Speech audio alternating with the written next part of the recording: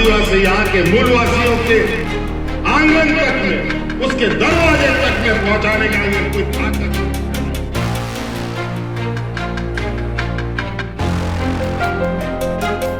नमस्ते जोहार, आप देखना शुरू कर चुके हैं प्रभात खबर का डिजिटल प्लेटफॉर्म।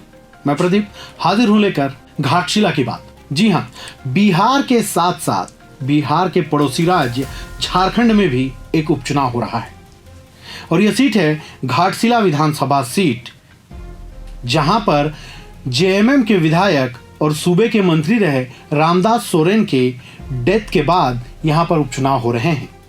11 तारीख को मतदान होंगे, लेकिन दोनों तरफ से प्रचार जोर शोर से चल रहा है। महागठबंधन और एनडीए के नेता पूरी तरह से घाटशिला में कैंप किए हुए हैं और प्रचार में कोई कसर नहीं छोड़ना चाहते हैं। घाटशिला पर हम बात करेंगे। हमारे साथ मौजूद हैं झारखंड के वरिष्ठ पत्रकार अनुज कुमार सिन्हा सर। सर, आपका सबसे पहले प्रभात खबर में बहुत बहुत स्वागत है सर। जोहार जोहार जोहार। सर, सबसे पहले सब कुछ हो चुका है, प्रत्याशी पसीना बहा रहे हैं, प्रत्याशी के साथ साथ पार्टियां भी पसीना बहा रही हैं। सीएम भी कल जाकर के प्रचार कर चुके हैं जेएमएम प्रत्याशी के पक्ष में, और एनडीए के बड़े नेता भी वहां जाकर के प्रचार कर चुके हैं। क्या लगता है सर, पलड़ा भारी की हम बात नहीं करेंगे, ऊंट किस करवट बैठेगा? देखिए, ये चुनाव मैंने पहले भी कहा था, आपसे बात हुई थी उस समय भी कि ये कोई बहुत बड़ा चुनाव नहीं है। अभी आप देखें कि मीडिया में इसका बहुत क्रेज भी नहीं है, क्योंकि बगल में बिहार में चुनाव हो रहा है जी। तो बिहार का चुनाव बहुत महत्वपूर्ण होता है देश के लिए जी। अगर वो चुनाव नहीं होता तो इसको लोग इस पर फोकस करते। और यहाँ पर झारखंड में उपचुनाव है, और उपचुनाव का महत्व ऐसे भी कम होता है, सिर्फ परसेप्शन का चुनाव होता है, उसके बाद आरोप प्रत्यारोप का होता है। यहाँ थोड़ा सा अलग इसलिए है कि यहाँ पर चंपई सोरेन के बेटे खड़े हैं, जहां पे सीधे तौर पर चंपई सोरेन का भी वर्चस्व की बात है या उनकी राजनीतिक छवि की बात है। हाँ, डेफिनेटली लोग ये कहेंगे ना कि अभी उन्होंने वो अलग हो गए जेएम से, तो इस ये क्रेज है कि चंपई सोरेन का कितना क्रेज बचा हुआ है उनका बेटे को, इसको लेकर होता है, और इसका बहुत ज्यादा महत्व नहीं होता है। उपचुनाव है। हाँ, इस उपचुनाव को भाजपा भी पूरी ताकत से लड़ रही है क्योंकि कहीं ना कहीं बीजेपी को भी चाहिए, लगता है कि एक सीट कम से कम तो निकाले। ये रिजर्व सीट है, इसीलिए इस चुनाव के बारे में अगर आप कहेंगे कि पल्ला भारी का हल्का का है, दोनों ताकत लगा रहे हैं। दोनों में बेसिक डिफरेंस ये है कि घाटशिला उपचुनाव में एनडीए की ओर से कई अन्य राज्यों के या बड़े बड़े नेता भी यहाँ पे आने वाले हैं, कैंप करेंगे, आएंगे। और जेएम का कोई अपना है तो इनके पास कोई और नहीं, बस सीएम रहेंगे, कल्पना सोरेन रहेंगी, और बाकी जो लीडर उनके होते हैं वो रहेंगे। तो ये दोनों के बीच में जो कहेंगे आप हैं ताकत आजमाइश, जोर आजमाइश जो करना होगा, इसी तरीके से होगा। सर, झारखंड के बाहर के बड़े नेता जब यहाँ के चुनाव प्रचार में आते हैं, क्या लगता है कि कुछ छाप छोड़ के जाते हैं, जिस भी पार्टी के लिए आते हो? देखिए, जब ये लोग बाहर के जो बड़े ब्रांड हैं, खासतौर पर अभी तो सीधे बात करें एनडीए के बारे में, तो एनडीए लोकसभा चुनाव में देखेंगे, एनडीए के जो बड़े नेता रहे हैं जिन्होंने अपने राज्यों में काफ़ी काम किया, वहाँ पर काफ़ी प्रभाव है, तो आपको देखना पड़ेगा कि उनका झारखंड में क्या असर पड़ सकता है। सबसे बड़ी दिक्कत जो होती है वो होती है कि आप जब अंदरूनी एरिया में जाते हैं तो भाषा की दिक्कत होती है, भाषा, शब्दों का चयन होता है। आज ये जो घाटशिला है वो संथाल बहुल इलाका है, अंदर का इलाका है। जब आप शहरी इलाकों में तो बाकी लोग भी हैं जो समझते हैं, अंदर के इलाकों में जो आप संथाली में बोलेंगे, आप जो क्षेत्रीय भाषा में बोलेंगे, जो जहाँ पे कुड़माली में कोई भाषण दे रहा है, तो जो मातो हैं, कुड़मी जो हैं, उस पर जो असर पड़ेगा वो हिंदी का असर उतना नहीं पड़ता है। तो बाहर के जो नेता आते हैं उसका जो रिजर्व सीट होता है वहाँ पर तभी असर पड़ेगा जब आप उनको सीधे कनेक्ट कर सकते हैं। मोदी जी अलग हैं जी, मोदी जी की बात ही अलग है, प्रधानमंत्री हैं वो जोड़ते हैं आपको है।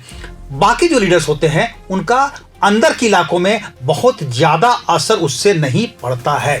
लेकिन जो शहरी इलाकों में चुनाव होता है, जब रांची में हो चुनाव, जमशेदपुर में चुनाव हो, जहाँ पे बाहर के लोग भी रहते हैं, आप सपोज करें कि चुनाव हो रहा है जमशेदपुर में और वहाँ पर छत्तीसगढ़ के काफ़ी लोग भी हैं, तो वहाँ के जब मुख्यमंत्री आएंगे तो उसका एक असर पड़ेगा जी। जहाँ पर एमपी के लोग ज़्यादा हैं, खासतौर पर अगर चुनाव झरिया धनबाद में होता है तो वहाँ यूपी के लीडर आते हैं, तो कास्ट फैक्टर को लेकर भी उसका असर पड़ता है। लेकिन यहाँ पर हमको बाहर के जो बड़े बड़े नेता हैं उनका बहुत ज़्यादा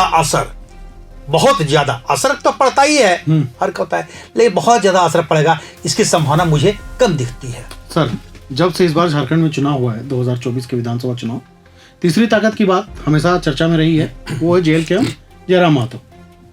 घाटशिला में कैंप भी किए हुए सर, जयराम महतो भी पहुंच चुके हैं। पहले से देवेंद्र, मोतीलाल और जेल कैंप के कई वरिष्ठ नेता वहां पे प्रचार की कमान संभाले हुए हैं। तो क्या लगता है सर, एक तरफ तीर धनुष का मुकाबला सीधा कमल फूल से है और तीसरी तरफ कैंची, बीच में ये कुर्मी और एसटी का आंदोलन कितना प्रभावित कर सकता है घाटशिला को सर? नहीं, ये तो जयराम महतो का जेएलएम का अपना उसका एक आधार है और जयराम आज भी काफी पॉपुलर है, लोकप्रिय है, यूथ में लोकप्रिय है, वो दिखता ही है वो जो है। और उनका जो एक वर्ग बना हुआ है वो तो उनके साथ खड़ा है जी, वो हिलने वाला नहीं है।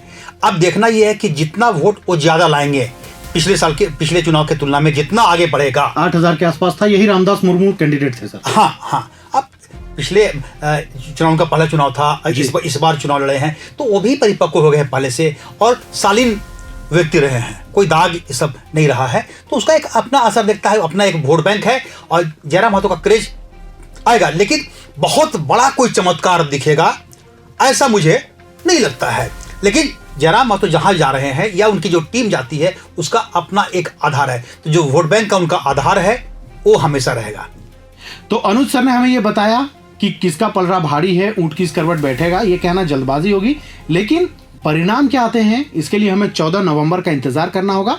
लेकिन जैसा सर ने बताया कि ये चुनाव कोई बहुत बड़ा मेजर फैक्टर झारखंड की राजनीति को प्रभावित नहीं करने जा रहा है, झारखंड की राजनीति को, लेकिन व्यक्तिगत तौर पर असर पड़ेगा। हाँ, व्यक्तिगत तौर पर तो असर पड़ता ही है, क्योंकि देखिए इसके बाद अगर इसमें अगर किसी कारण से असफल रहती है भाजपा तो एक अवसर तो मिला उनको और चंपाई सोरेन जी को थोड़ा सा झटका उससे लगेगा।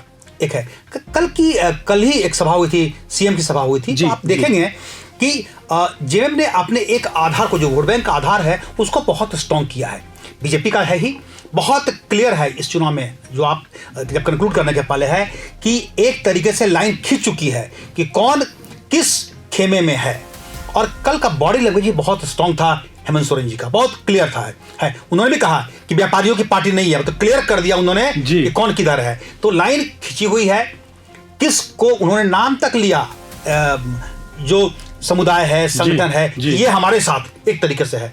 तो ये पोलराइजेशन तो कहिए कि ऑलरेडी हो चुका है, लोग तय कर चुके हैं, अब बहुत ज्यादा फर्क नहीं पड़ता है किसको किधर वोट देना है, ये ऑलरेडी तय है और उसी अनुसार योजना भी बनी है। बस कौन कितना अपने वोटर्स को घर से निकालकर पोल करवा सकता है अपने पक्ष में, इस पर बहुत कुछ डिपेंड करेगा। सर, आप जैसे बार बार जिक्र किए कि ये चुनाव घाटशिला का उपचुनाव चंपाई सोरेन की साख का सवाल है, तो क्या कहें कि घाटशिला का उपचुनाव चंपाई सोरेन वर्सेस हेमंत सोरेन ही है, सोमेश और बाबूलाल सोरेन तो एक तरह से कह सकते हैं कि हाँ, इन दोनों का तो बहुत ज्यादा नहीं रहता है, महत्व नहीं है ये ऊपरी लेवल पर। और चंपाई सोरेन बहुत मेहनत कर रहे हैं, चंपाई सोरेन कभी दागी नहीं रहे हैं और बहुत पुराने नेता रहे हैं जेएम के, तो झारखंड मुक्ति मोर्चा में तो उनकी पकड़ बहुत थी, उनका आधार था। जब वो भाजपा में आ गए हैं तो डिपेंड करता है कि उनके साथ जो संथाल वोट उनको मिलता था जी, जब वो दूसरी पार्टी में चले गए, भाजपा चल गए हैं, तो कितना शिफ्ट होता है। अगर वो शिफ्ट करा लेते हैं